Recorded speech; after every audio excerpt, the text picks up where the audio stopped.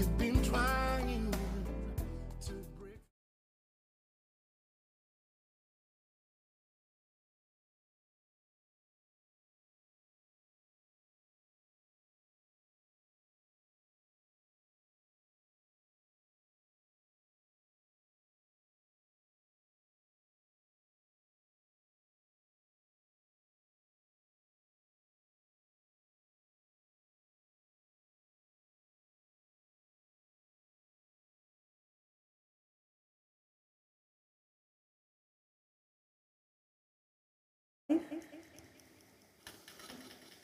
Hello. Okay. So, forgive.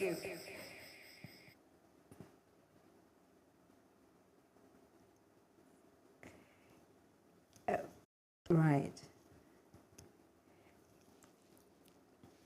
Sorry for that technical hiccup. I believe that today today we're starting our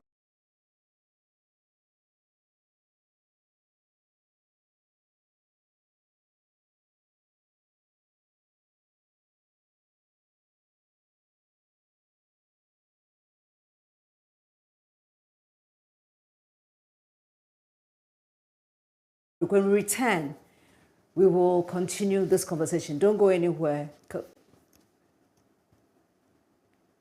We'll be right back.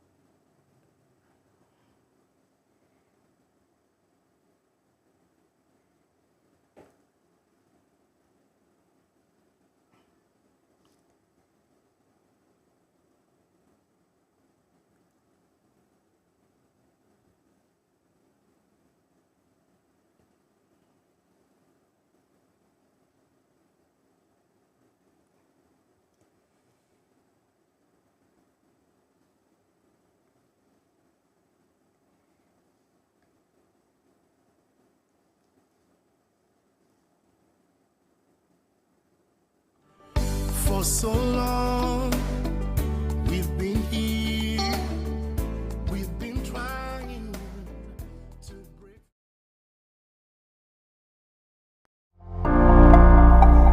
It's getting hotter and better on Springboard, your virtual university. Join educationist Dr. Naomi Ejapong, director of the Afrobeat Schools, as she shares her life lessons in ideal Ghana. So many times we see that there are a lot of government employees who may not necessarily be engaged in productive means. I think that is something that needs to be remodeled entirely. Make a date this Sunday, 19th February at 7 p.m. on Joy 99.7 FM, Facebook, YouTube, and Twitter at Albert N. Ocran. Catch the retelecast on Saturday, 25th February at 6 a.m. on Joy Prime. Sponsors: Enterprise Group, MTN Pulse, UMB Bank, and media partners Joy FM, Joy Prime, and Graphic Business. Springboard, your personal value will shoot up.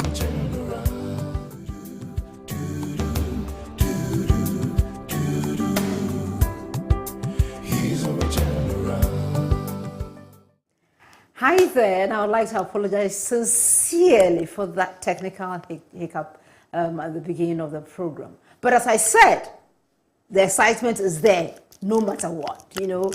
It's all about love, and today I have in the studios my best friend. PG, are you my best friend? Okay.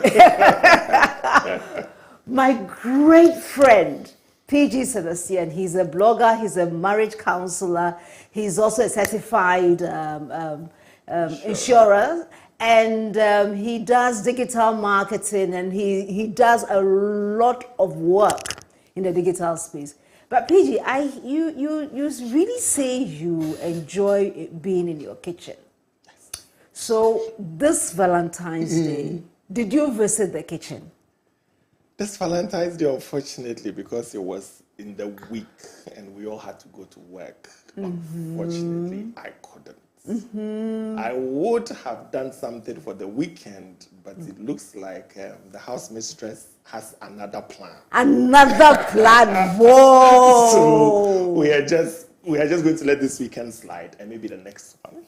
The next one, then you'd go to the kitchen and do some magic. Grill things for her. I see. And how are the 3 children They're doing? doing well. They're doing well. They're all over the place. They quickly grow. But they are well. What's their latest escapade? The latest escapade has to do with the little one who now is using the words, "You see your life." And she's 3 years. So every little thing, you see your life. You see your life. You ask her who thought you should tell you it's Reese, and Reese is the oldest one. Okay. So apparently, he is their boss, and they're all tagging Following. along. I know. They're all tagging along, and it's amazing. And it's funny really watching them and seeing is. them change as the day goes by. Exactly, it's amazing. It's amazing and it's exciting. Yes, welcome, and let's talk about love. Today we'll have different segments. One of the segments is a pop-up segment where we'll go to the streets and find out what do people think about love. But PG, in everything, there's always good to have a context. Right. So let's set the context. Right. And I'd like us to look at it from 3 perspectives. Let's look at it from the biblical perspective. Okay. Let's look at it from our cultural, our Ghanaian perspective, right. And then maybe the influences from outside. So if we look from the biblical perspective, what does and we're doing biblical because we just happen to have a Christian background in the studio. So you speak to what you are comfortable with. Right. Yeah. So when we're talking about biblical perspective, what does the Bible or what does love look like as set out in the Bible? Okay. So there are few key themes that run through love as expressed in the Bible. There is one, the concept of giving. Mm-hmm. So the Bible says, "For God so loved the world that he gave." So there is a direct relationship between the love of God and it attending giving. So for God so loved the world, he gave his only begotten son. So that's one. Now the next one is sacrifice. Mm-hmm. I mean, once we are talking about the giving of his begotten son, then there is something about sacrifice. Again, the Bible says that for this reason, a man shall leave his mother and father, and then be joined unto his wife, and they shall cleave unto each other, and they shall be one flesh. And so, I mean, of course, we are all not happy living home. This is where we are comfortable with. You know, we are comfortable with the food, the people, they understand us, our neighborhood, the things that we do. I mean, growing up, all the people that we made all kinds of silly promises to, and we're going to be this together, we're going to be that together and everything. Then you wake up and you realize that, especially for the women, because of love, you have to go far away. And so we pick it from the story of Rebecca, when Eliezer, the servant of Abraham, mm-hmm. went on the behest of Abraham to go get a wife for Isaac. He has to travel all the way to Mesopotamia. By that time, they had come down south. Mm-hmm. He had to go all the way to Mesopotamia, modern-day Iraq, to go get a wife from the house of Laban for him. You know, so then again, that's also sacrifice. Then there is also the love not keeping records of wrong. Love doesn't keep records of wrong, which you then mean it doesn't repeat. Yes, it doesn't recount. Yes, the wrong done it. Yes, from a biblical perspective, we forgive.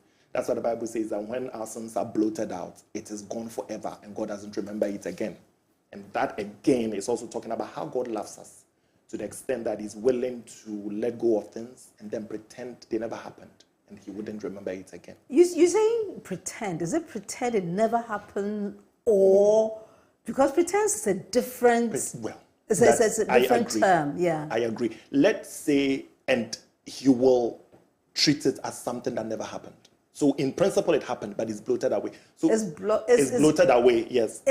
So it doesn't exist. It doesn't exist. It's non-existent. Exactly, it's non-existent. Yeah, pretense is a different thing. It's a different thing. Right, I agree. So PG, PG, if we talk about love, does it all occur in the same sense that is that limited to marital love, or is it limited to filial love in terms of for our parent or family, or what, or are there shades or differences? Yes. I mean, yes, there is a romantic love which we call eros, which is the love between lovers. Which is the one that we are more familiar with when we talk about love. Whenever people are talking about love, that is the direction they go to. But when we come to that's the direction you went to as well. Because that's the direction most of us go to. Yes. But when you come home, when it matters most, when it comes to the people that matter most closely related to you, then we are looking at the love of, say, parents and siblings to each other. Its definition, its manifestation, its interpretation is slightly different from the love, the romantic love. Then the social love, the ones that exist between friends, and then all of that. Then there is agape. I think that is the storge.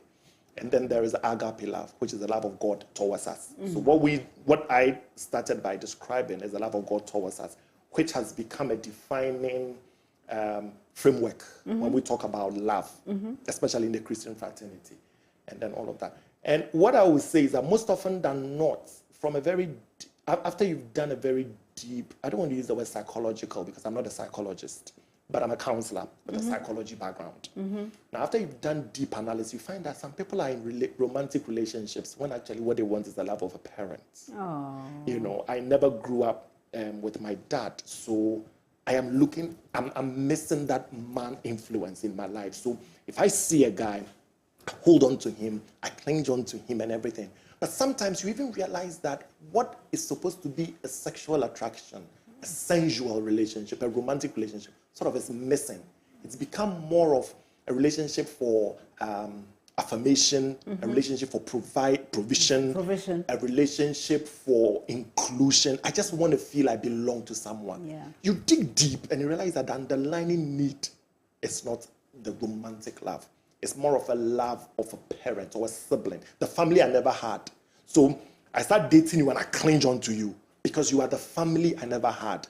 I want to annoy you and I want you to annoy me the way siblings do. I never had that. So in the relationship, I'm treating you like my brother or like my sister. You understand? For some people, they just want social belonging. Okay. And so they just jump into a relationship just to belong. So then if we have but I would like us to go a little back, because if we look in the family, what kind of love do those in that family unit share? Right. So then if I come out of that family unit and now I go into a relationship where somebody that I'm potentially going to spend the rest of my life with, how do I place the distinction? Right. So then I don't fall into the trap of saying that this person is going to replace my brother who I lost or something like that, or who I never had. Well, let me start by sharing a personal experience. Okay. Before I married and I started having children, kids were not something people I paid attention to. I could just drive past a child and there was no feeling to it. If I came to visit you and your kids were all over me, within a short time I start feeling uncomfortable because I come to destroy my my nice clothes. They're coming to probably just come and put saliva on me and everything. Like, go away, stay away from me. Like, hey, take a child away from me. Then I married. Then I started having my own kids. Now, if I'm driving by the roadside and I see a child walking to school alone, my heart beats. I know, right? I get upset. So there was a time I called my wife and I was like, I just saw a child just about 4 years walking by the roadside and trying to wear his clothes on the roadside and trying to wear his clothes. And I felt so sad. I'm like, how did this child get here? You can't blame him. No. You can't blame the parents. Probably they are just not financially available. So this child is just like on his own trying to make it with the parents. Yes. And you are driving, you see a child trying to cross the road. Once at least I notice the child, the first instinct is to stop. It's a break. You go somewhere now, you are quick to pick people's children up. Really? Yes. Now, so I realized that it is not even something I can define. It is intrinsic. It comes because you are now a parent. So it's a bond that, in a way, it's almost like, you know, the way when a hawk is circling around a chicken. Yeah. The mother just get aggressive. But chicken or chicks or cocks, they are not naturally not aggressive birds. Yeah. But let there be a bird of prey, then they are all aggressive. Yeah. And so it's very difficult to actually explain the love of parents for their children. Okay. I mean, you can experience a child that has gone completely out of control of the parents, but the mother's love never fades. You find a child that is wayward, but down deep the father cries in the bedroom, hoping for something, and it's clearly expressed in the lost child. Thank you. In the story of the prodigal child, the Bible says that, and one day when the boy was coming back, the father saw him from afar. Now, for me, that little phrase tells me that on day-to-day basis, the man just went to stand at the rooftop, looking at the direction the boy went, Just in case. hoping one day he'd come back. Just in case. So even the most corrupt, the most wayward, there is always that bond. When they finally come home, even if they're on drugs, they come home to come and bath and everything. Everybody will want to protect their stuff because maybe you steal something and go. But the love will be there. And so that love is intrinsic. It's a love that is predicated on the need to protect, the need to provide, the need to support, and the need to defend. Fantastic. Need to support, need to provide, protect, and defend. Yes, defend. Fantastic. So then we have been able to separate the love for a relationship, for somebody that you're having a sexual relationship, a potential sexual relationship with, from that which is for the family. For the family. Right. So then now let's also look for another angle where we're now looking at our cultural background. Right.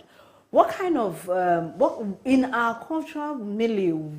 How do we look at love? How do we expect a love relationship to be like? So the cultural bits, especially for the Ghanaian setting, and by extension the African setting, there's a lot more of a mellowed approach. It is not openly expressed. Because up until recently, the concept of marriage itself had its own control. So marriage most often than not was seen as a social contract. Because the man is coming to your house, he's rich, he's wealthy, coming to take care of you, your family and everything. So the woman most often than not has a more like an obligation towards the man. You are mine. You are an extension of my property. Sometimes in some cultures, you're an extension of my property. When I speak, it's final. You are probably on the same level as the children and all of that. But down deep there was a love. There was a love which was more around sex, around the need to be seen as a man that has also, arrived or achieved or actualized. That's the word. And for the woman as well, there was the same thing. But over the period, as they live together and they begin to share, they share their challenges, they share their joy, they share their blessing, we begin to grow warm and fond of each other. And the kinder the man is, the better it is that the woman shows her love. And the kinder the woman is to the man, you get to find out that the man loves her more. So you find a man who, no matter how naughty or whatever he is, there is always something that, he has when it comes to his wife. Like the woman is special. And you find a woman, no matter how wild she is, when it comes to the husband, there is that love. Unfortunately, our way of love isn't as expressive as the West. Okay. Yes. So since you bring in the West, what kind of relationship or what kind of do they show? Well, they have also had their own side, but they have learned over the period to be more expressive. I mean, kissing has always been a thing for the West. Public show of affection. It has been a thing, which isn't a thing here because it's considered to be a taboo subject. We want to corrupt the children and all that. So their love is more expressive. Again, so when you look at, there's a scripture in Ephesians, men, wives, submit to your husbands, and men, love your wives. You find out that when that scripture is being preached in Africa, the emphasis is on submission. That gives you the kind of relationship. Whereas out there in the West, you find the emphasis on love And if you listen to even gospel music, you find out that when they are talking about God and man, a lot of the songs written by whites is around love. Listen to Hillsong, or sung by Hillsong, Elevation Worship. It's on the love of God and everything. And then the songs by Africans is all about what we need and about God will do this for you and God will come through at the hour of your need and everything. It's always a transactional relationship. And you find that in our love. When I got that realization, I began applying it on different levels, and I realized that when it comes to us Africans, everything has a transactional tone to it. Everything has to, you need to do this before I do this for you, that kind of thing. Really? Yes, you find that a lot. So I remember, I wouldn't say where, because that would be too revealing, and then whoever, but I was in a class, and then this concept of love was being taught, and the lecturer was a lawyer, and I stood up and I said, no. He created the impression that love is conditional, that the woman has to submit for the man to love. And I said, no. The Bible was express. The submission of a woman to her husband was not predicated on the man loving. It was a direct instruction to the woman. Let's pretend nothing was said to the man. Now, the man's instruction to love his wife as Christ loved the church was not conditional on the woman submitting. So let's just keep it like that. So none of these things is conditional on the other. Yeah. Do yours, let me also do mine. But some way, somehow, the Africans make it conditional. Whereas for most Western cultures, you find out that, or Western societies find out that it is unconditional. So they get to a point where they feel that, well, I can't do this again. And then they get up and go away. That one too. That one has its own downside. That one has its downside. Very serious downside. Yes. Yeah. So then we come to a place where we have the love being something that is giving, something that is sacrificial. And then you're looking at there's no keeping of wrong. Keeping of wrong. I mean, no. What do we call it? A bank. A bank of wrongs that every now and then you open and say, okay, this one, this. I know. Yeah. And also, I like the fact that we've been able to look at the kind of protective, defensive love that you have within a family, and then the one that a man and a woman who share. are co-equal. Co-equal. I like that distinction. Co-equal. Would share in their relationship. Exactly. Okay. So we have this framework well set out, and then we've looked at the fact that in our Ghanaian or West African space or African space, to some extent we have some transactional system going on. Now let me put you on the spot, Right. DG. Is your relationship with your wife transactional? No. Interestingly, Did it start and then end up? I mean, then there was a I would say a growth, and then. So I married in my mid-30s. Okay. So yes, at some point in time, at the beginning, I had all these wild ideas. You needed to be a perfect wife. How are you perfect? Because I want to be a counselor, and in my mind, as a counselor, I can't be seen to be this, I can't be seen to be that, I can't have a wife who is this and that. So, But along the line, I came to understand that we are different.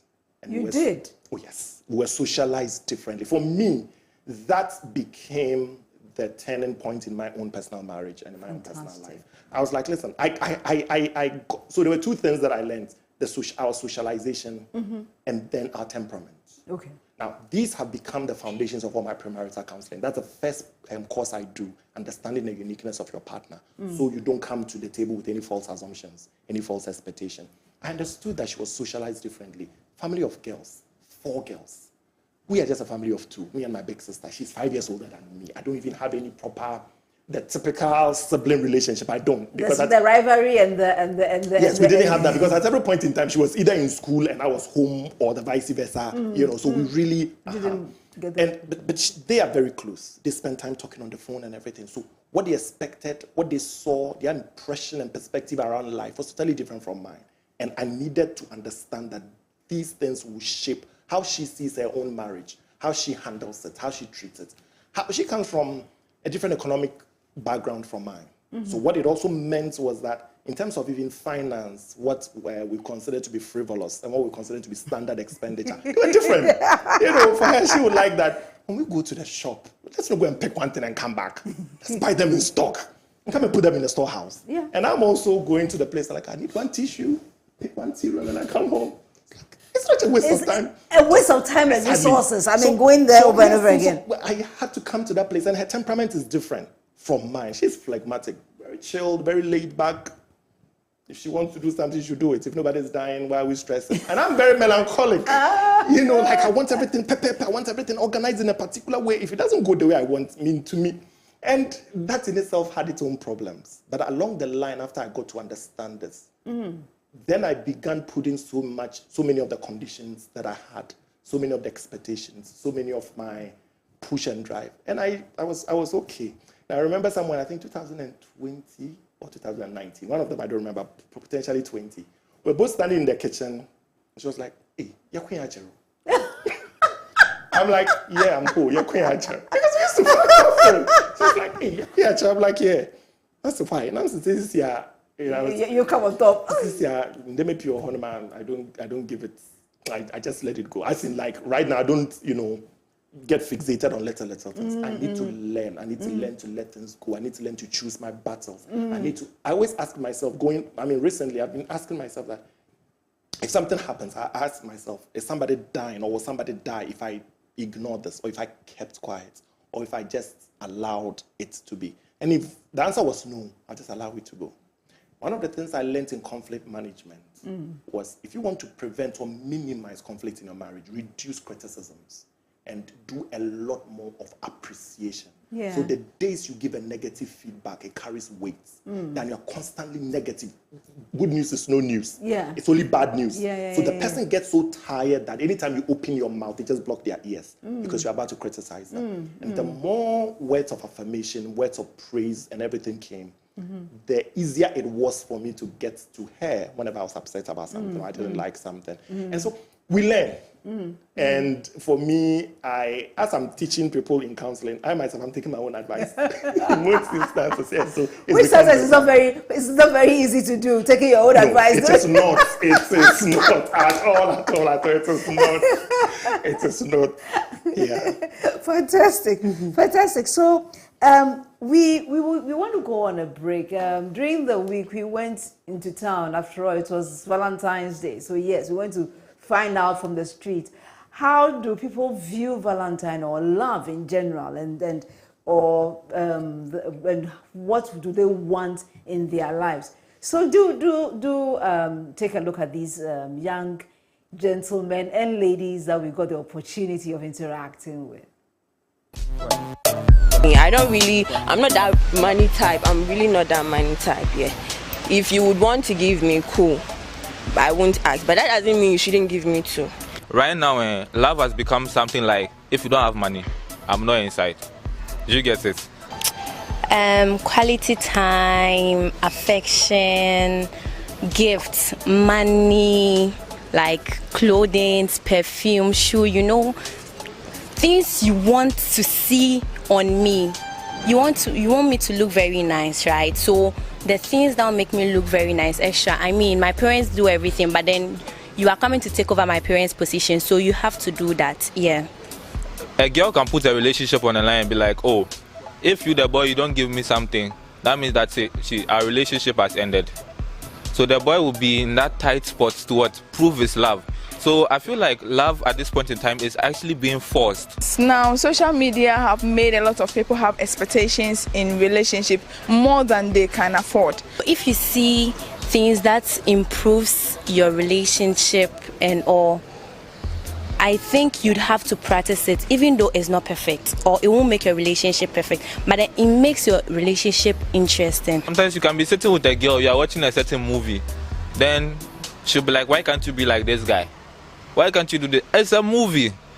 In comparison to like our parents' times, like love was something that was actually real. But right now, love has been materialized, and it's like for you to show someone that I love the person, you have to like give the person material stuff. It's not more about like emotional connections and all that. And I feel social media is the one playing that part or causing that problem now. This peer pressure thing too is making social media, like, we see love in a different way. Because how I see mine, someone would want to like have this kind of baby treatment, go on a spa, on a date and other things. But I'm cool with you, like, oh baby, I got you this, I saw this and it will look nice on you. So people want to live in this land of utopia. That's an imaginary land. They want to like live their lives of like this kind of TikTok relationships and all that. But one thing you should understand is that most of those relationship goals on this social media platform like TikToks are staged. I watch a lot of telenovelas, especially love telenovelas. It makes you feel exciting. They've made it in a way that girls will believe that people can't truly love people, but then I actually enjoy watching love telenovelas. It's interesting. It makes me feel like I'm there and I'm being loved by someone, so yeah. most of our telenovelas that we watch are not really what life shows us. It's more of drama, and then instead of us to embrace our traditional way of expressing love, we rather rely on these telenovelas, which are not even true or real. People watch the movie and they feel like it's the real life they are living, so they want everything to be like, hey, I want surprises, I want like a whole drama in a relationship. And now people are even acting in their marriage and relationships because the movie thing is in them. They feel like, hey, I watch a movie, somebody spread flowers on the floor, so you are doing who you are not.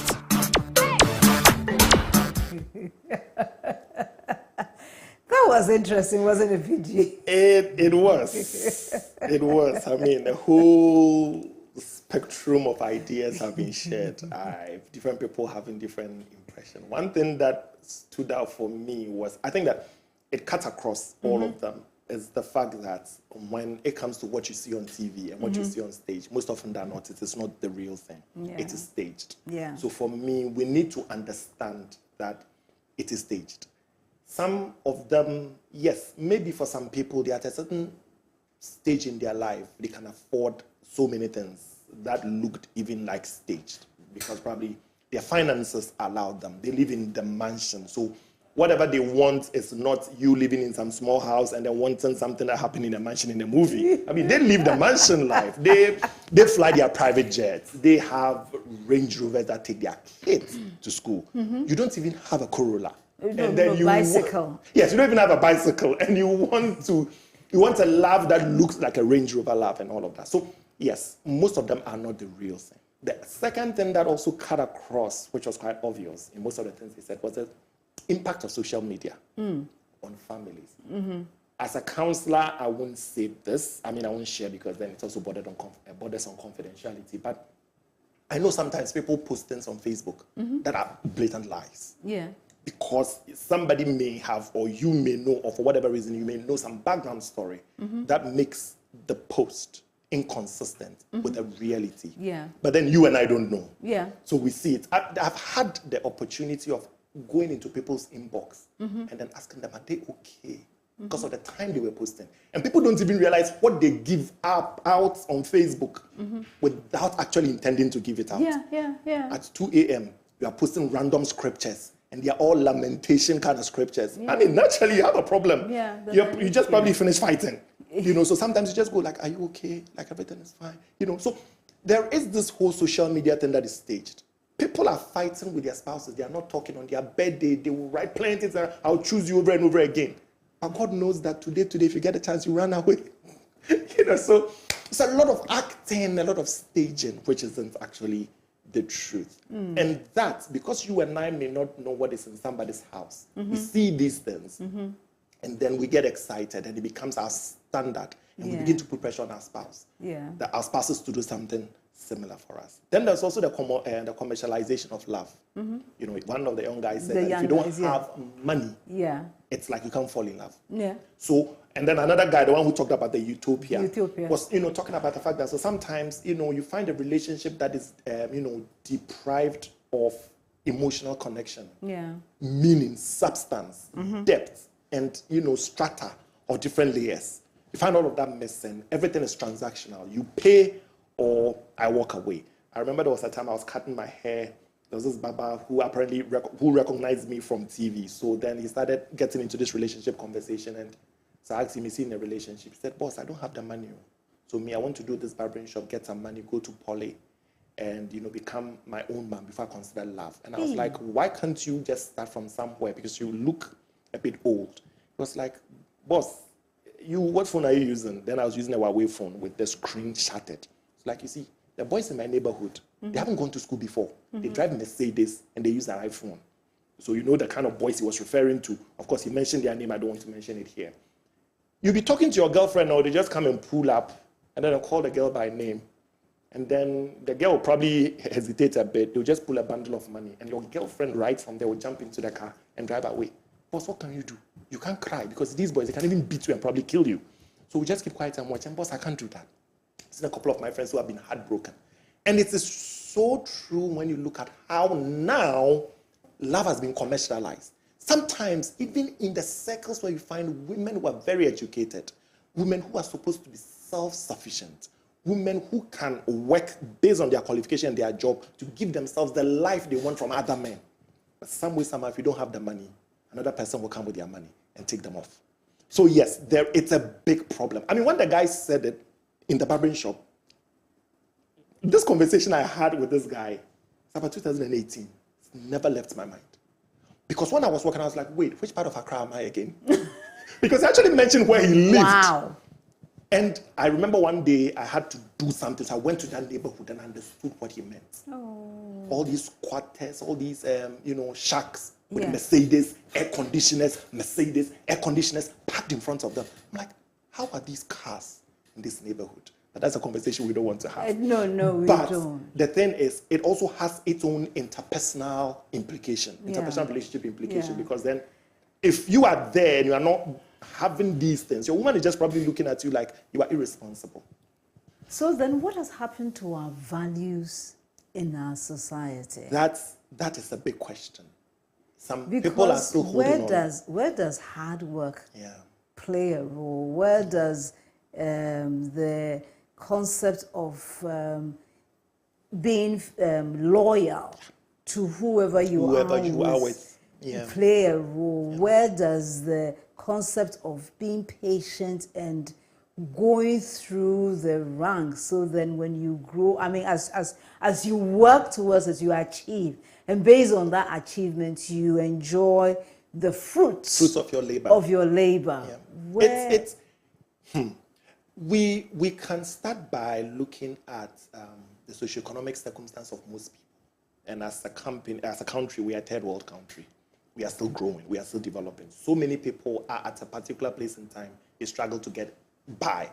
So relationships become a way out. So gradually, we are in the 21st century, 2023. But our marital circumstances becoming like the 1930s, 1940s, where most women didn't have the wherewith to take care of themselves. So they depended on men who married them. Because, I mean, most of them were not educated. Most of them didn't have massive socioeconomic or economic activity going on. So then marriage was a way out for most people. The guy comes, he takes care of you, take care of your family members, give you a life. Those are the kind of homes that if you divorce, you go and your parents will carry you back. Go back to your husband. Because that's where we are now. But there's more opportunity for education. Exactly.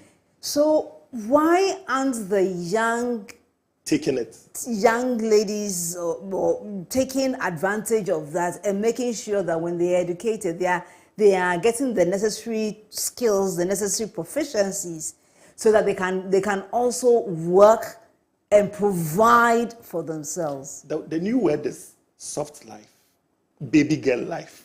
I want a soft life. I want a baby girl life. I wasn't born for this hard work. So people are qualified, like Riley said. It's just a matter of, putting in the work, putting in the hours, putting in the efforts, so that you can live of the fruits of your own hands. But no, we don't have the time. We can't join the queue. So even the patients, no. There's no patience. They've locked the patients in the house when they were coming out. The patients in the house. They are out there chilling and looking for who can. That is not to say that it is the norm. There are still people, and I Who dare are say it's a going through the majority, mill. yes, majority of the women are doing what they can to support their husbands and then all of that. But then there's also a good chunk of them who don't have this patience, who will do anything. I mean, a lot of women are not even asking their husbands, how come your salary is X amount? That is, even if they know their salary. But even if you don't know their salary, you know your husband works in a bank. He's an officer. So how is he able to afford the car he's driving? How is he able to afford the rent he's paying? These are questions you need to ask. I mean, you don't need to know his salary to ask yourself.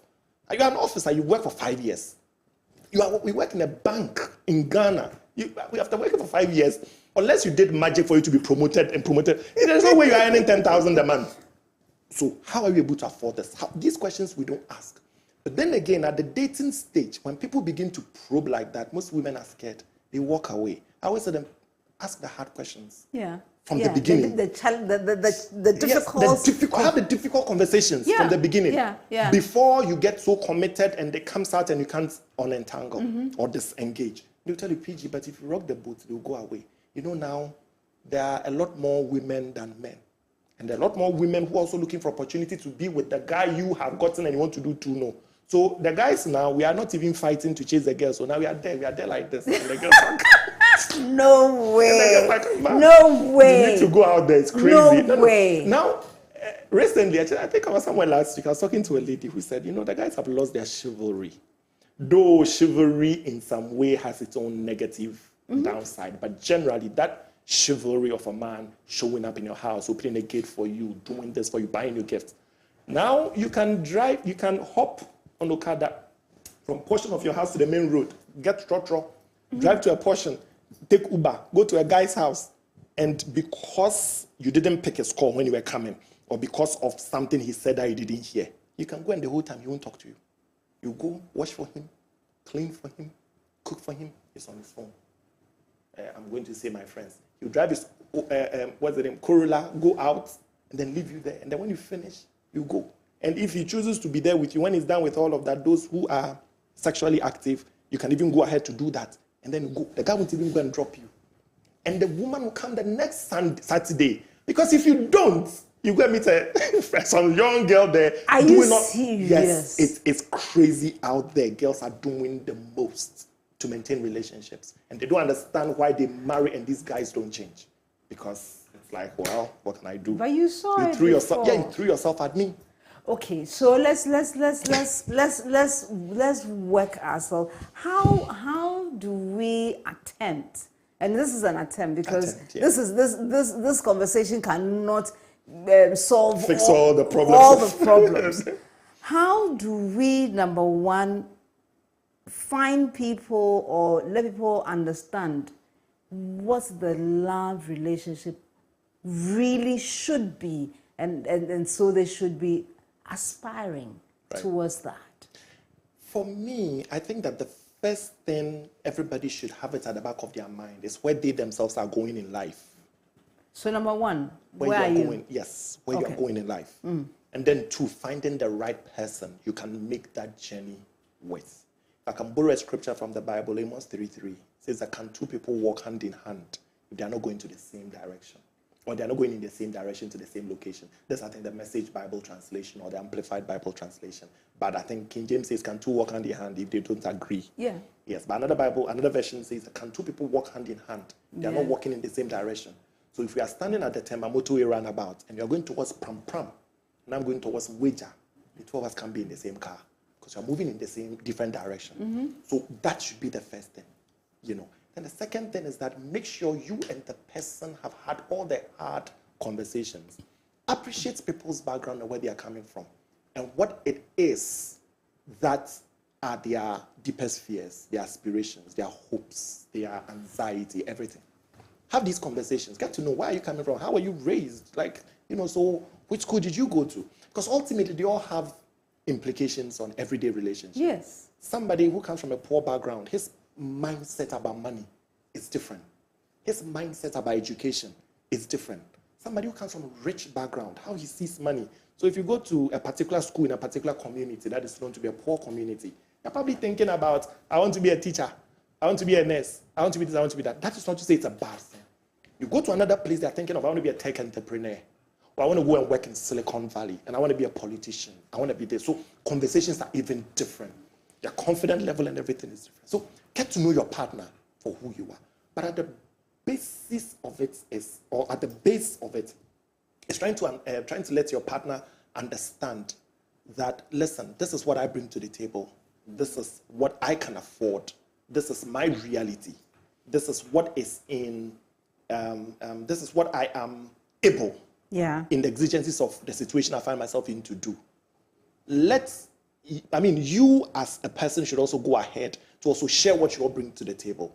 But the two of you should have some form of understanding as to how you are going to go on your journey, get to the next level. Where do we see ourselves in the next 5 years? Where do we see ourselves in the next 10 years? What are you doing to ensure that when we get to the 5th year, we would have achieved X, Y, Z? What am I also doing? Let's put things together and go. Sometimes you find somebody dating a lady, they come for counseling. You ask, what does the guy do? Or you ask a guy, what do you do? Oh, I'm into business. I do business. Please, what kind of business? Oh, I do, it's like, buy and sell. It's like business. Oh, no, basically, the guy is not doing anything. And they will marry, and for 5 years, it's the same, I'm into business. The lady's car is being driven. Sometimes the guy is driving the lady's car. The lady is pregnant, standing by the roadside looking for a car to go to work. But the guy is asleep. He will wake up and go out to go and hustle at 9 o'clock. The lady has to go to work. My husband has my car. And the guy will never bring anything home. And when the lady asked the guy, where were you? How come you've gone out the whole day, didn't come back? The guy get upset.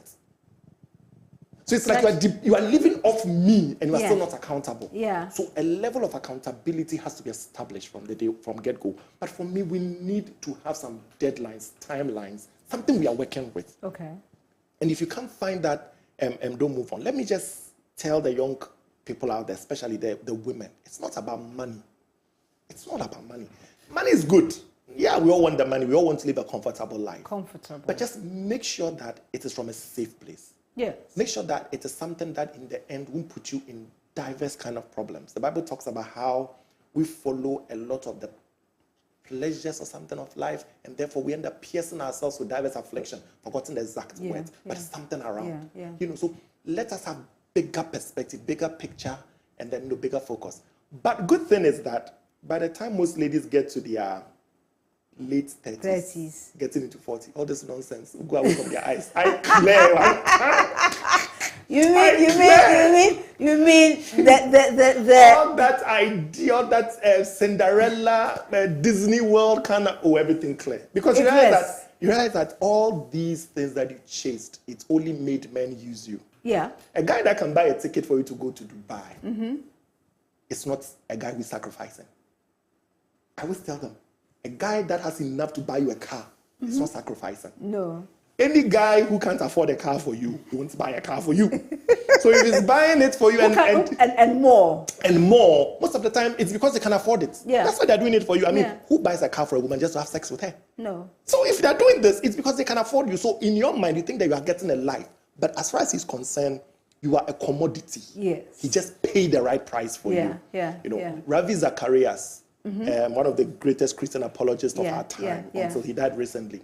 He said something about how one day he was in a flight, moving from one place to another place. No, I don't know whether it was him or was an example he cited about a guy who was in a flight, going from one place to another place. And there was a lady sitting next to the guy and was like, how much will it cost for me to spend the night with you? The lady got furious, mad. And then the guy said 1 million. The lady then began asking where and when. Yes. So everything has a price. It's just for a woman to decide that I can't be bought, which then means I am priceless. Yes. But any guy who the only thing he brings to the table to get you is accessories, houses, cars, and stuff like that. He's doing it because he can afford it. I mean, yes, and ultimately, sometimes they can't even afford it, but they're just putting a show up. Exactly. Some of them are also proceeds of criminal acts, which we don't want to talk about. So ultimately, yes, in principle, you have gained. But what is he saying about you? What's the cost to you? What is the cost to you? Ultimately, one day you may want to settle, and you have to confront your past. A lot of women today have their own deep regrets Because now I found a man I love so much. He's my everything. Even if he doesn't have anything, I still want to love him. And then he begins to hear how you got here. And he also gets scared. He also gets worried. And he's thinking, I'm probably taking good care of myself. I saw you, I loved you and everything. But I think you carry a baggage I can't handle. It's too much. It's too much for me. I can't sleep at night. So he walks away. Now you become a prayer warrior in prayer camps. PG. Now, this PG is for both your name and the parental guidance. PG, all too soon our time is up. And so if you had the opportunity to leave us your final take, what would it be, please? I would tell everyone listening to us that love is a beautiful thing. It's a beautiful thing. It isn't always roses and rainbow. It has its downside. Today you are comfortable on a steady sea. The next moment there is a storm that leaves you shipwreck and everything. The most important thing is that regardless of what it is, we keep up with the faith that we have, we keep up with the covenants that we have, and we try to bounce back and then move on. I mean, your love is as good as your interpersonal relationship with your partner. So I encourage them, build good relationship with your partner. Make a friend out of him. That is the only way when the tide is low and you are not. Crush the person with your words. As we realize, it does make the person close their minds and don't want to listen to you. Where something is, you don't understand something, please ask. Don't assume that this thing is coming from someone. Kindly ask so that you can all be on the same page. And most importantly, connect with the person where things are going wrong so that when you want to correct, your correction is received in the spirit that it is being given. So thank you, and know that we always say that we love you here. Today is a love weekend, so of course, you know the love is deep. We love you. We appreciate you. Don't forget to join the Springboard, your virtual university, on Sunday. And also, we know that it will be repeated on Joy Prime. Enjoy your week. Do have fun. And God richly, richly bless you all. Good night. It's getting hotter and better on Springboard, your virtual university. Join educationist Dr. Naomi Ejapong, director of the Afrobeat Schools, as she shares her life lessons in ideal Ghana. So many times we see that there are a lot of government employees who may not necessarily be engaged in productive means. I think that is something that needs to be remodeled entirely. Make a date this Sunday, 19th February at 7 p.m. on Joy 99.7 FM, Facebook, YouTube, and Twitter at Albert N. Ocran. Catch the retelecast on Saturday, 25th February at 6 a.m. on Joy Prime. Sponsors: Enterprise Group, MTN Pulse, UMB Bank and media partners: Joy FM, Joy Prime and Graphic Business. Springboard, your personal value will shoot up.